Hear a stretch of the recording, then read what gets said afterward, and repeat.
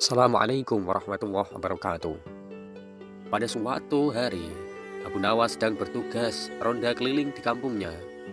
Tiba-tiba, Abu Nawas melihat sekelompok perampok bertopeng hendak merampok di rumah tuan juragan yang terkaya dan terpandang di kampungnya.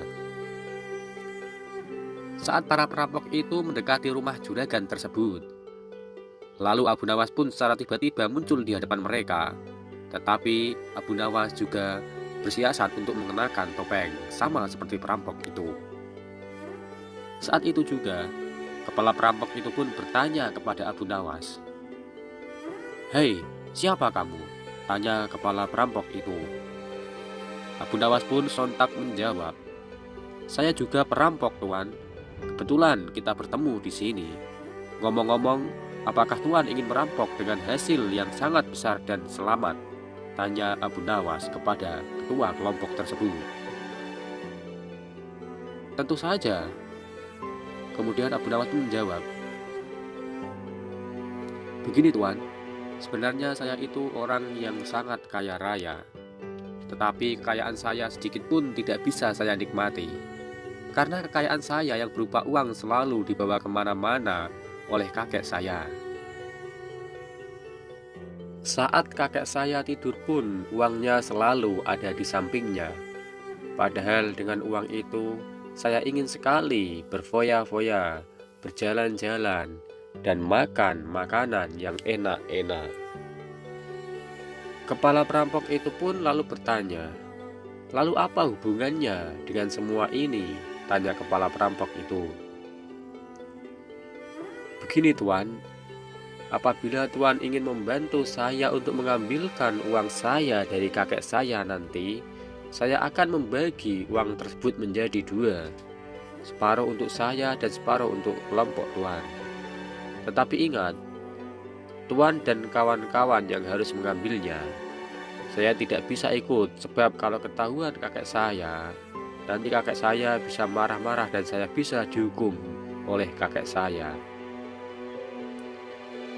Tapi setelah Tuan melihat rumah saya, janganlah Tuan langsung kaget. Walaupun rumah saya jelek, tetapi di dalam rumah saya banyak uang yang selalu dijaga oleh kakek saya."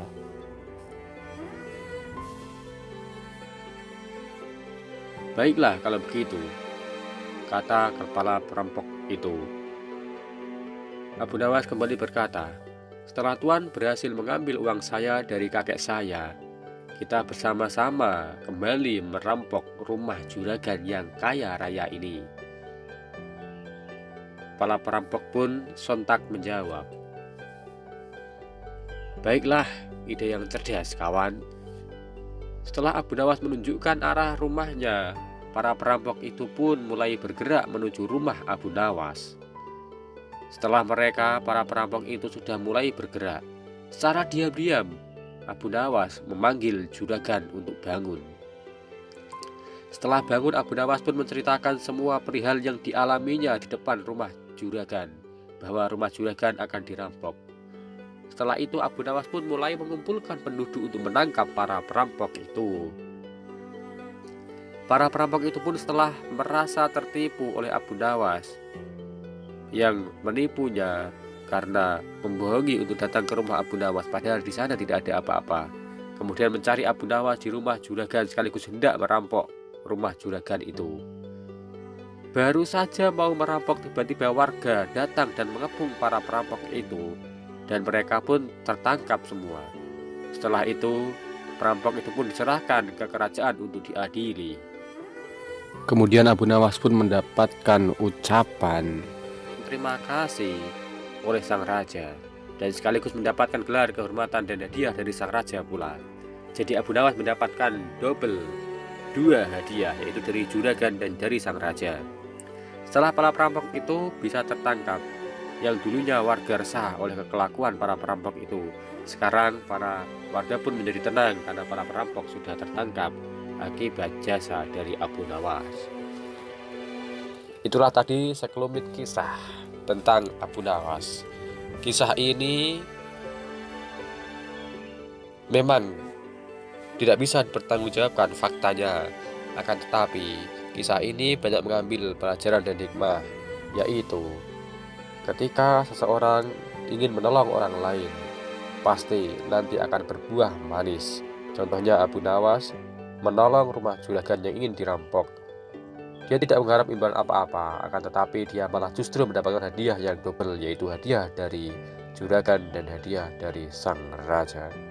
Hikmah yang kedua adalah ketika kita terdesak saat mengalami suatu masalah, kita harus tetap tenang dan bisa berpikir jernih agar bisa memecahkan suatu masalah tersebut, seperti yang dilakukan oleh Abu Nawas.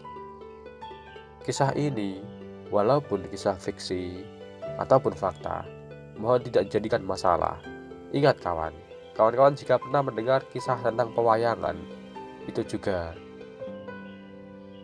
belum bisa 100% dipertanggungjawabkan kebenarannya. Mungkin analoginya hampir sama dengan kisah ini. Yang penting kita bisa mengambil hikmah dari kisah-kisah ini. Terima kasih, semoga bermanfaat. Wassalamualaikum warahmatullahi wabarakatuh.